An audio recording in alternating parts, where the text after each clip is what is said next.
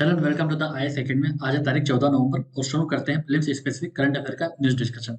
हमारी पहली न्यूज है छत्रपति शिवाजी महाराज को लेकर। दरअसल हुआ क्या है कि हमारे शिवाजी महाराज के पास एक तलवार थी जगदम्बा। उस तलवार का नाम है जगदम्बा है। वो हर दशहरा में इस तलवार की पूजा भी करते थे। इसका कल्चर सिग्निफिकेंस भी है इंडिया के लिए, खासकर जो मराठी कम्युनिटी उनके लिए, जो कि फिलहाल अभी लंदन में है। और इंडिया पूरी कोशिश कर रहा है कि 2024 तक, जब शिवाजी महाराज का जब कोरोनेशन हुआ था तो उसकी 350th एनिवर्सरी आ रही है, उस वक्त तक हम ये जगदम्बा तलवार वापस लंदन से इंडिया लेकर आ जाए। अब क्वेश्चन ये उठता है कि ये वापस लंदन गई कैसे। तो शिवाजी फोर्थ जो थे, उन्होंने ये एज ए गिफ्ट दिया था। पर हुआ क्या था, ये गिफ्ट नहीं था, ये एक तरीके से कोवर्शन किया गया था, मतलब दबाव डाला गया था इस गिफ्ट के लिए। उस वक्त किंग एडवर्ड सेवंथ जो थे, जो कि उस वक्त प्रिंस ऑफ वेल्स थे, उन्हें ये गिफ्ट दिया गया था जब वो इंडिया के टूर पे थे 1875-76 में। इस तलवार में कुछ हीरे मोती जड़े हुए थे, तो इसकी सिग्निफिकेंस थी, इसलिए ये अपने साथ में लंदन लेके चले गए थे। इसके पहले लोकमान्य बाल गंगाधर तिलक जी ने भी जब लंदन गए थे तो उन्होंने भी कोशिश की थी कि इस तलवार को वापस लंदन से इंडिया लाया जाए। अगर हम छत्रपति शिवाजी महाराज की बात करें तो उनका नाम था शिवाजी भोसले वन। उनका जन्म 1630 में हुआ था, उनकी डेथ 1680 में हुई थी। इनको popularly known as Chhatrapati Shivaji Maharaj. और ये मराठा रूलर थे from the Bhosale clan. Maratha empire का उदय कब हुआ था, जब बीजापुर की आदिल शाही सल्तनत डिक्लाइन कर रही थी, तब शिवाजी ने अपना मराठा एम्पायर के फाउंडेशन रखा था। और इनका जो कोरोनेशन हुआ था वो रायगढ़ फोर्ट में हुआ था 1674 में। तब से इनको फेमसली छत्रपति के नाम से जाना जाता है। तो अब हमें यहाँ पे याद रखना है कि जगदम्बा तलवार है जो शिवाजी महाराज की तलवार है, इसे लंदन से वापस लाने की कोशिश की जा रही है। तो यूपी से डायरेक्टली पूछ सकते हैं कि जगदम्बा क्या है या फिर किससे रिलेटेड है। तो ये क्वेश्चन हमें पता होना चाहिए। अब चलते हैं आगे। हमारी अगली news global offshore wind alliance को लेकर है। दरअसल आपको पता है कि COP27 चल रहा है इजिप्ट में। वहां पर कुछ नए मेंबर्स ने इस अलायंस को ज्वाइन किया है। तो ये अलायंस है ग्लोबल ऑफशोर विंड अलायंस, जिसमें अभी Britain, Germany, United state, Japan जैसे देशों ने भी इसको ज्वाइन किया है। इसका मकसद ये है कि सारी governments, private sector, international organisation को इकट्ठा करके जितने भी विंड पावर की जो रिलेटेड इश्यूज हैं उसको सॉर्ट आउट किया जा सके और ज्यादा से ज्यादा इसका डेवलपमेंट हो, प्रोडक्शन हो। इसका एक टारगेट भी है कि हमें 2030 तक 380 गीगावाट वर्ल्ड वाइड, वो हमें ऑफशोर विंड एनर्जी से जनरेट करनी है। ऑफशोर विंड एनर्जी क्या होती है, जब आप एनर्जी जनरेट करते हो, जब टर्बाइन यूज करते हो, वो वाटर बॉडीज में होती है जो कि सी विंड्स को यूटिलाइज करते हैं इलेक्ट्रिसिटी जनरेट करने के लिए। जैसा आप ये देख पा रहे हो, ये सब ऑफशोर विंड फार्म्स हैं जो कि जितने भी जो सी विंड्स हैं उसको यूटिलाइज करके इलेक्ट्रिसिटी जनरेट कर रही हैं। और जब ये लैंड में होती हैं तब इन्हें ऑन शोर कहा जाता है।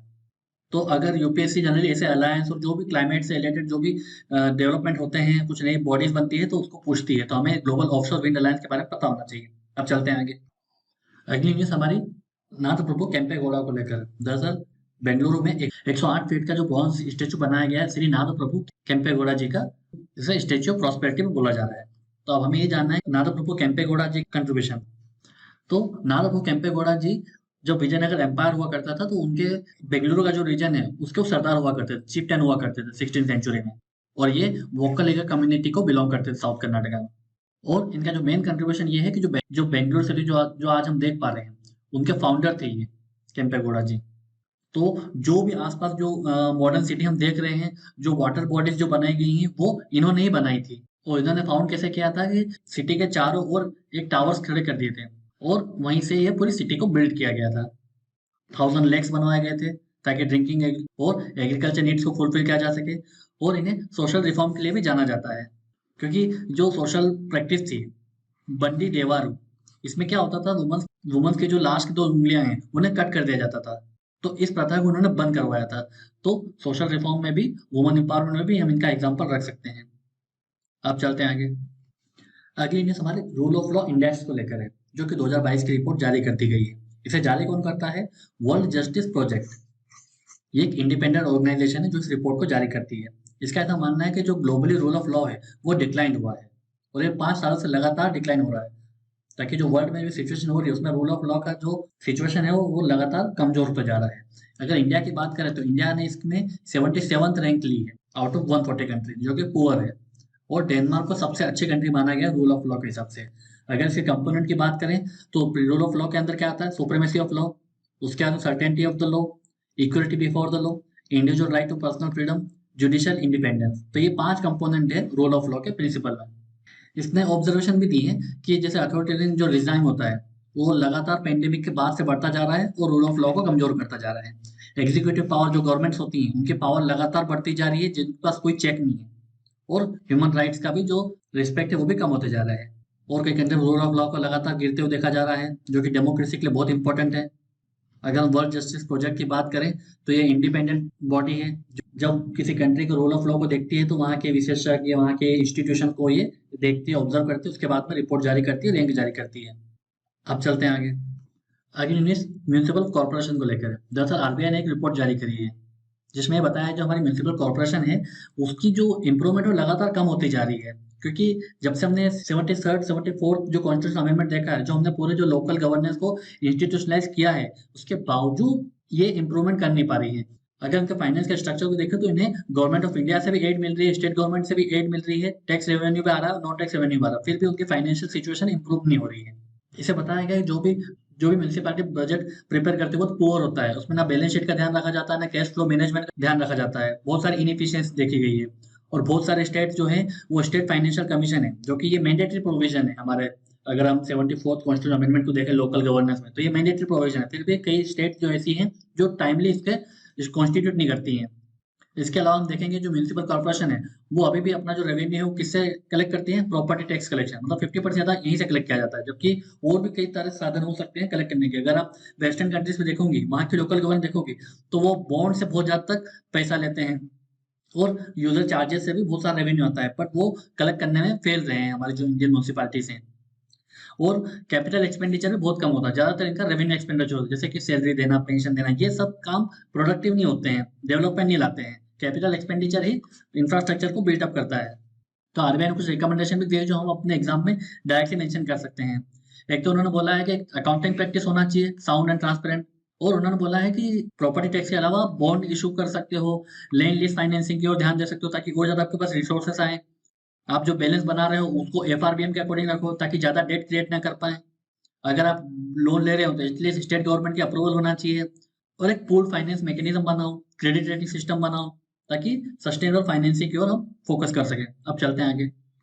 अगली न्यूज हमारी करेंसी मॉनिटरिंग लिस्ट को लेकर है। ये लिस्ट कौन जारी करता है? यूएसए। यूएस की डिपार्टमेंट ऑफ ट्रेजरी इस लिस्ट को जारी करती है और इसमें कई कंट्रीज को रखा जाता है, ऐसी कंट्रीज जो अपनी करेंसी को काफी हद तक मैनिपुलेट करती है ताकि उनके कंट्री का एक्सपोर्ट बढ़ाया जा सके। तो पिछले 2 साल से इंडिया भी इस लिस्ट का पार्ट था। India, Italy, Mexico, Thailand, Vietnam को अब इस लिस्ट से बाहर कर दिया है। मतलब ये अच्छी बात है क्योंकि अब यूएसए हम पर मॉनिटर नहीं कर रहा है। उसको लगता है अब हम हमारी करेंसी भी ज्यादा मैनिपुलेट नहीं कर रहे हैं। हालांकि ये यूएसए अपने लेवल पे करता है, ये कोई मल्टीनेशनल ऑर्गेनाइजेशन नहीं कर रही कि जो हम पे नजर रख रही है। तो इस मॉनिटरिंग लिस्ट से होता क्या है कि यूएसए उस कंट्री की करेंसी प्रैक्टिस को देखती है, पॉलिसीज को देखती है। और इसके 3 क्राइटेरिया हैं। ऐसी कंट्री जिसके आप में यूएसए का जो बायलेटरल ट्रेड सरप्लस है, मतलब जो पर्टिकुलर कंट्री है वो सरप्लस में है और ज्यादा एक्सपोर्ट कर रही है अमेरिका में। इसके अलावा करंट अकाउंट सरप्लस होना चाहिए उस कंट्री का, और या तो फिर वो कंट्री लगातार अपनी करेंसी में इंटरवीन कर रही है, मतलब उसको लगातार डेप्रिशिएट कर रही है ताकि वो अपने एक्सपोर्ट को बढ़ा सके। तो ये 3 क्राइटेरिया मीट होना चाहिए, उसके बाद इसे करेंसी मॉनिटरिंग लिस्ट में डाल दिया जाता है उस कंट्री को। तो इंडिया फिलहाल लास्ट 2 ईयर से इस लिस्ट में था और अब जाके इसे हटा दिया गया है। जो भी इस लिस्ट में होता है उसे कहा जाता है करेंसी मैनिपुलेटर, क्योंकि उसे लगता है कि ये अनफेयर प्रैक्टिस है। तो यूपीएससी इस बारे में क्वेश्चन पूछ सकते हैं, तो हमें पता होना चाहिए। अब चलते हैं आगे। अगली न्यूज हमारी हिमालयन ग्रे लंगूर को लेकर है। ये कहाँ पाए जाते हैं? ये हिमालयन रीजन मतलब हिमाचल प्रदेश, जम्मू कश्मीर और जो भी इंडियन सबकॉन्टिनेंट के पार्ट है, पाकिस्तान, नेपाल, वहां पर ये पाए जाते हैं। अभी ये न्यूज में इसलिए क्योंकि एक स्टडी कंडक्ट कराई गई, उसमें बताया गया कि जैसे एल्टीट्यूड चेंज होता है तो ये जो स्पीशीज होते हैं ये क्या करते हैं, फ्लावर्स और फ्रूट को भी कंज्यूम करते हैं। पहले माना जाता था कि ये सिर्फ यूजुअल लीव्स ही खाते हैं हिमालयन हैबिटेट में, तो जैसे जैसे एल्टीट्यूड चेंज होता है तो ये फ्लावर्स और फ्रूट्स को भी कंज्यूम करते हैं। हिमालयन ग्रे लंगूर को क्या कहा जाता है? कोलोबाइन, मतलब लीफ ईटिंग मंकी। और ये आईयूसीएन के रेड लिस्ट में इंडेंजर स्पीसीज की कैटेगरी में रखा गया है। तो बेसिक इन्फॉर्मेशन होगी ग्रे लंगूर को लेकर। तो अभी स्टडी ये कहती है कि जनरली इसे कोलोबिन माना जाता है जो कि लीफ ईटिंग मंकी होते हैं, बट अल्टीट्यूड चेंज हो तो ये फ्लावर्स और फ्रूट्स भी कंज्यूम करते हैं। अगली news solar energy corporation of India SECI को लेकर है। दरअसल ये बॉडी ने जो इजिप्ट में जो COP27 चल रहा था, कॉन्फ्रेंस ऑफ पार्टी 27 यूएनएफसीसी की, तो उसको इसने ज्वाइन किया है, इसका डेलीगेशन वहां पर गया था। पर हमें ये जानना है कि आखिर ये बॉडी क्या है, यूपीएससी कभी पूछ सकती है। तो ये सेंट्रल पब्लिक सेक्टर यूनिट है, मतलब पीएसयू है ये, और इस सोलर एनर्जी सेक्टर में सिर्फ इकलौती पब्लिक सेक्टर कंपनी है, पीएसयू है। ये एक नॉन प्रॉफिट कंपनी है जो कि 2011 में बनी थी और इसे कंपनी एक्ट 1956 का प्रोविजन के अकॉर्डिंग बनाया गया था। Ministry of new renewable energy के अंडर ये काम करती है। इसका काम ये है कि जितने भी इस मिनिस्ट्री की जो स्कीम्स हैं उसको वो इम्प्लीमेंट करती है, रन करती है। जैसे कि सोलर पार्क स्कीम्स है तो वो कौन कर रन करेगा, ये solar energy corporation of India ये असिस्ट करती है, प्रोग्राम करती है और कॉपरेट करती है ताकि और ज़्यादा से ज़्यादा सोलर एनर्जी को हमारे देश में प्रोड्यूस किया जा सके। तो इस वीडियो में सिर्फ इतना ही है। इस वीडियो के पीडीएफ को डाउनलोड करने के लिए आप हमारे टेलीग्राम के चैनल को ज्वाइन कर सकते हैं। ऐसे ही और करंट अफेयर वीडियोस के लिए हमारे यूट्यूब चैनल सब्सक्राइब कर सकते हैं। आज के वीडियो में सिर्फ इतना ही। Thank you very much.